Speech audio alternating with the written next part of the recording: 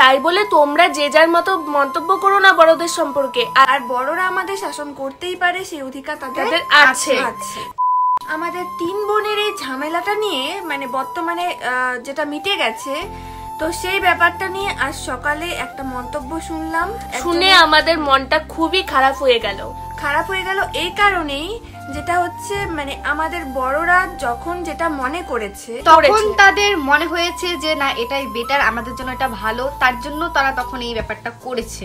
তখন যে সিচুয়েশনটা ছিল এমন ক্রিয়েট হয়ে গেছিল, তখন মনে হচ্ছিল যে তাদের দিক থেকে তারা ঠিক আছে, আমাদের দিক থেকে আমরা ঠিক আছি। মেন কথা হচ্ছে সময়টা খারাপ ছিল, আর বড়রা আমাদের শাসন করতেই পারে, সেই অধিকার তাদের আছে।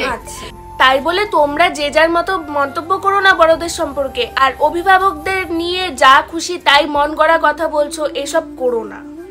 আর আমাদের এই ঝামেলার ঘটনাটা টোটাল আশেপাশে ছড়িয়ে গেছে, তো তোমাদেরকে বলছি প্লিজ তোমরা যে যার মতো মন গড়া মন্তব্য করো না, মন গড়া কথা বলে মানে কিছু একটা ছড়িও না, কারণ আমাদের কষ্ট হয়। আমাদের বড়রা যেটা চেয়েছিল, আমাদের বকেছিল, ঠিক আছে কোনো ব্যাপার না, আমরা সব মিটমাট করে নিয়েছি।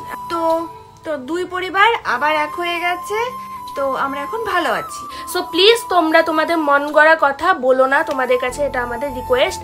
আমাদের মধ্যে যা কিছু হয়েছিল তা অল ক্লিয়ার, মিটে গেছে, তো প্লিজ মন গড়া কথা বলো না।